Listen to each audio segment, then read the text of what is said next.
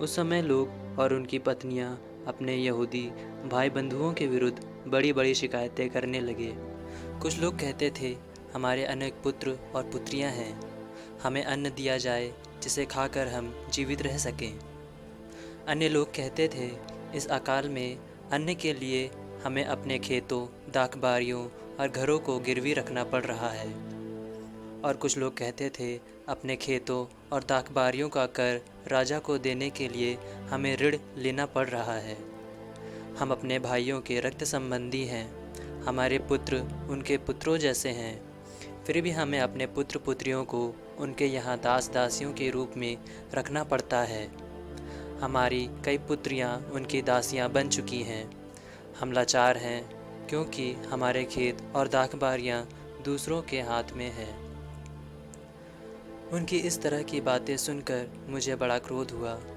मैंने अपने मन में विचार करने के बाद कुलीनों और पदाधिकारियों को दोष देते हुए उनसे कहा, आप अपने देश भाइयों से सूद लेते हैं। तब मैंने उनके विरुद्ध एक बड़ी सभा एकत्रित कर उनसे कहा, हमसे जितना बन पाया हमने अपने द्रव्य देकर अपने उन यहूदी भाइयों का उद्धार किया जो अन्य जातियों के हाथ में बिक चुके थे, और अब आप अपने भाइयों को बेच रहे हैं और हमें द्रव्य देकर उनका फिर उद्धार करना पड़ता है।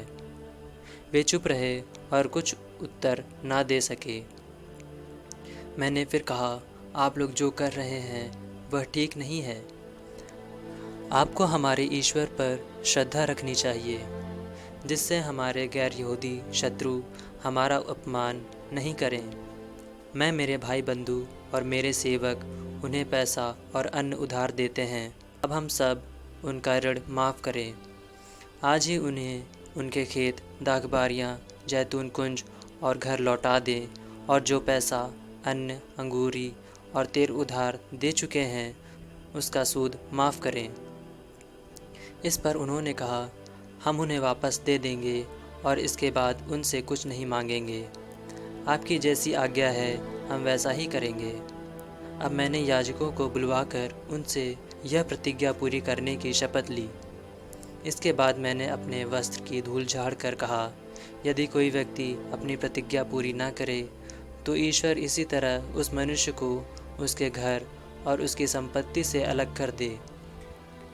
वह इसी तरह झाड़ दिया जाए और उसके हाथ खाली कर दिए जाएं। इस पर सारी सभा ने कहा, आमीन। और इसके बाद उन्होंने प्रभु का स्तुतिगान किया। लोगों ने अपनी प्रतिज्ञा पूरी की। मैं जिस दिन से यूदा प्रांत का राज्यपाल नियुक्त हुआ, उस दिन से राजा अर्थजर्कसीस के 20वें वर्ष से 32वें वर्ष तक, अर्थात 12 वर्ष तक मैंने और मेरे भाई बंधुओं ने राज्यपाल का भत्ता स्वीकार नहीं किया।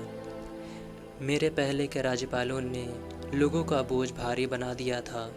वे रोटी और अंगूरी के अतिरिक्त उनसे चांदी के 40 शेकेल भी लिया करते थे, और उनके अनुचर भी लोगों पर अत्याचार करते थे।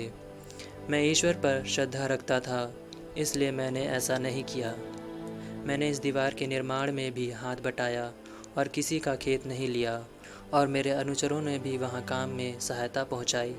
आसपास से आए हुए लोगों के अतिरिक्त 150 यहूदी पदाधिकारी मेरे मेज़ पर भोजन करते थे। जो कुछ प्रतिदिन तैयार किया जाता, अर्थात एक बछड़ा, 6 चुनी हुई भेड़ें और मुर्गियाँ, इन सब का व्यय मैं ही उठाता। इसके अतिरिक्त हर 10वें दिन जितनी भी अंगूरी की आवश्यकता होती थी उसका मैं प्रबंध करता था। इन सब के बावजूद मैंने राज्यपाल का भत्ता नहीं मांगा, क्योंकि लोगों पर काम का बोझ बहुत भारी था। मेरे ईश्वर, जो कुछ मैंने इन लोगों के लिए किया है, तू उसे मेरे कल्याण के लिए याद रख।